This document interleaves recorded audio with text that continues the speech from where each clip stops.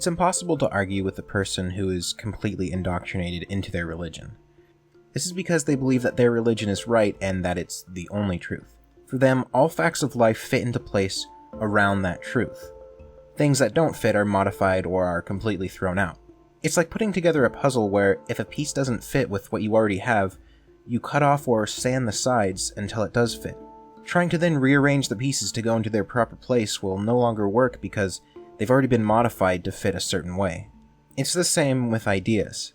So the purpose of this video isn't to try and convert people to atheism. I suppose it's mainly here for people who are on the fence or don't know what to believe, because I wish I had someone to help guide me for all those years I was confused. First, I want to talk about proof. Proof is a funny thing, because while it's easy to prove something does exist, it's almost impossible to prove something doesn't exist. For example, you can't prove that dragons don't exist. If you were to say, if dragons existed, then we would have seen one by now, I would simply say, well, they're invisible. If you were to say that they would have been detected by some other means, I could simply say, they use magic to alter reality so you don't remember finding them. And this could go on forever. For every method you propose and try to disprove the existence of dragons, I could simply come up with another power or ability that dragons have to explain why your method doesn't work. And the same can be said for God. It's entirely impossible to prove that God doesn't exist. Because, as with invisible dragons, for every way someone tries to disprove God, the believers of God will invent a new power or interpret scripture in a new way to reveal some new revelation about how God operates. This is why I had to cut out all belief in the supernatural. Because once I began to accept the supernatural as real, then everything became real.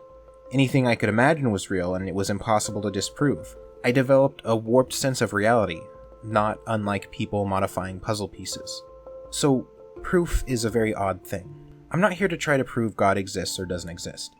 Instead, I want to help people understand that faith and proof is often a matter of perspective. An example that comes to mind is a fossilized footprint. Now, these human-like footprints are dated as over 3 million years old. From the perspective of an evolutionist, a 3 million-year-old human-like footprint can only mean one thing: that it does not belong to a human, but instead belongs to one of the ancestors of humans. It proves that there are human-like creatures that existed long before humans as we know them today. From the perspective of a creationist, a 3 million-year-old human-like footprint proves that the dating methods evolutionists use are inaccurate and the Earth is much younger than we thought. So once again, I cannot disprove that God exists. At the same time, proof that he does exist should be taken with a grain of salt. And yet I would say that it is not necessary to prove or disprove the existence of God, because what I can prove is that the God of the Bible is evil. I don't use the word evil lightly. Because I don't have a religion, I don't believe in objective morality, meaning that I don't believe in absolute good or evil. However, if there was one word I would use to describe the God of the Bible, it would be evil, meaning someone irredeemably malevolent. In order to see what I mean, we have to look at the Bible from the perspective that it's true and an accurate depiction of God. And I think it's best to start at the beginning.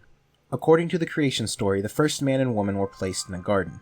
They were told that they can eat fruit from any of the trees except for one, and that was the tree of the knowledge of good and evil.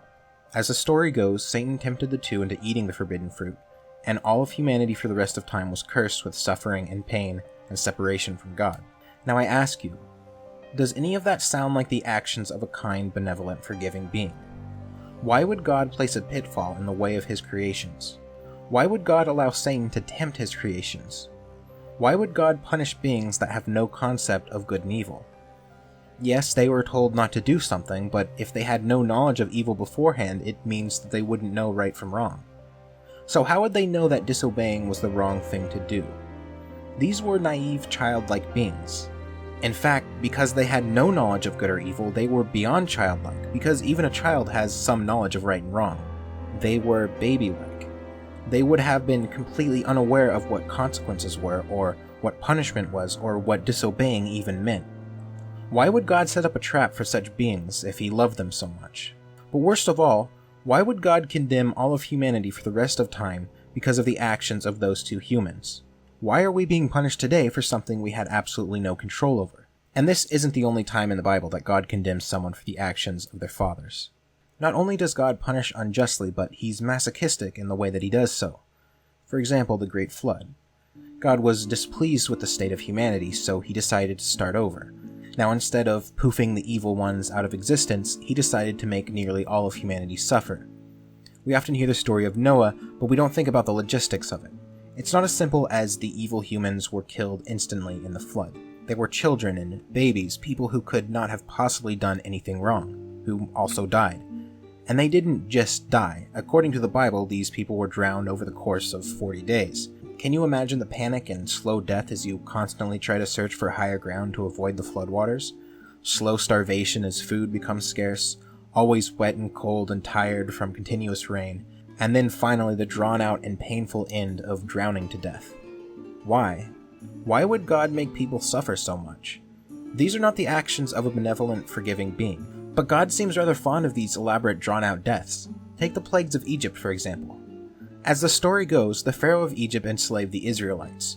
Moses and his brother, under the direction of God, asked the Pharaoh to release the slaves. He, of course, said no, and so God afflicted the land with a plague. This continued for some time, Moses asking the Pharaoh to release the slaves, and when he refused, another plague descended on Egypt. Well, you might say the Egyptians deserve this, but did they?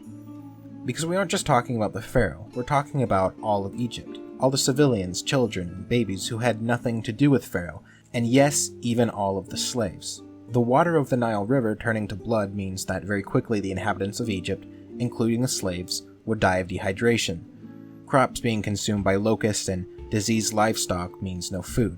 This is what God does to his own people. If he wanted to punish the Egyptians or just free the slaves, why not, with all his powerful will, just kill Pharaoh and those who are actually in charge of keeping the slaves? Why make them suffer through all of this, and why make his own people and the rest of Egypt suffer as well? Perhaps the best example of God's evil is in the book of Job. Now, the story of Job is one that I think even most religious people say not to take too literally. This is the story of God and Satan making a bet, because apparently they're on speaking terms and they make bets. There's a righteous man named Job, and he's blessed with a large family and numerous livestock. And Satan bets that Job only worships God because he has so much, and he would turn away from God if he had nothing. God bets the opposite and gives Satan power to torture Job to prove a point. And torture him he does. His entire family is killed except for his wife, who hates him anyway. All his wealth is taken away, and he's afflicted with boils and suffers in the streets. Once again, this is how God treats his own people. Now, at the end of the story, Job is given a new family and wealth once again, but I can't help but feel that this is somewhat comical. Sorry I killed your family, here's a new one to replace them. It's as if God doesn't understand basic human emotion. Now, some Christians will look at these stories and say, well, God works in mysterious ways, or it's all according to his plan. But if that's true, then it just becomes the best example of God's malevolence. Because saying that it's all according to his plan is the same as saying the ends justify the means. It's saying that whatever great plan God has is worth the suffering of humanity for thousands of years. If I go along with it and believe in this God and follow his commands, then I'm propagating that will. I'm saying that I'm okay with genocide and plagues and torture. And that's why I don't need to disprove God. Because even if I did believe he was real, I wouldn't follow him. Thanks for watching, and if you like this video, I would suggest watching a few of my older videos about religion as I go into more depth on different but related topics. If you want to contact me, the best way is through Twitter. And if you want to support my channel, I have a Patreon. Even giving $1 a month will grant you access to my Discord server where we will hang out and discuss videos as I'm making them. Thanks again, and have a wonderful day.